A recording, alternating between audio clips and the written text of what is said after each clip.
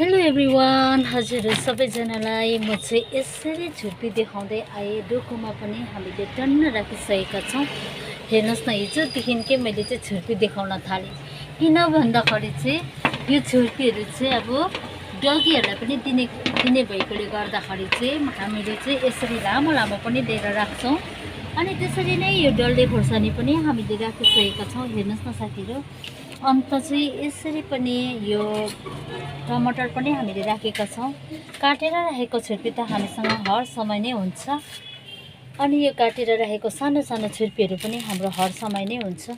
तर यो छुर्पी भने चाहिँ एकदमै कम्ती मात्रामा, किनभने यो सोलिड डलडलै लगेको कारणले गर्दा छिट्टै सकिने भएकोले गर्दा बेला बखतमा मात्रै म यो छुर्पी देखाउन पाउँछु। हेर्नुहोस् त कस्तो राम्रो छ, एक डोको बनाएर राखिदिएको छु। अन्त यो ललिपप त अब नखाने कोही छैन भन्दै चाहिँ मैले हिजो पनि देखाउँदै थिएँ। स्न्याक्सको रूपमा चाहिँ यो बटारी पनि हामीसँग आइसकेको छ। यसको अचार बनाएर खानु भनेको चाहिँ भिन्दै मजा नै आउँछ हामीलाई।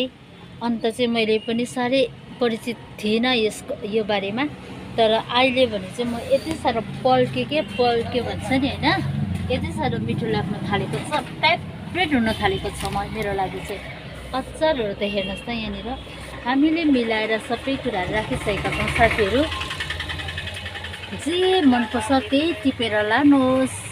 आउनु भएर चाहिँ नुडल्सहरू त अब हजुरहरूले सबै प्रकारको पाउनुहुन्छ नि त। अन्त चाहिँ हामीले राखिसकेका छौँ। हेर्नुहोस् साथीहरू, सबै कुराहरू हाम्रोमा छ। अनि आज मङ्गलबार भएको कारणले गर्दाखेरि मसरुम पनि ल्याएका छौँ। मैले देखाउन त बिर्सै गएछु मसरुम चाहिँ। हेर्नुहोस् त साथीहरू, मसरुम पनि छ हामीसँग चाहिँ। आज मङ्गलबार हो, त्यसैले गर्दाखेरि हामीले ल्याएको हो। बाटोघाटो बिग्रेको कारणले गर्दा धेरै सब्जीहरू चाहिँ हामीले ल्याउन सकेनौँ। त्यसै कारणले गर्दा मसरुम र केही सामान सागसब्जी नभए तापनि कतिवटा चिजहरू चाहिँ हामीसँग छ किचनमा चाहिने। ल साथीहरू, दिन भने यस्तो भएको छ। हेर्नुहोस् त, पानी पर्ने सम्भावना त छैन, तर पनि पानी चाहिँ पर्छ नै होला। ल साथीहरू, बाई भन्न चाहन्छु सबैजनालाई। हामी फेरि पनि भेट्नेछौँ मुख्य स्टोरमा नै।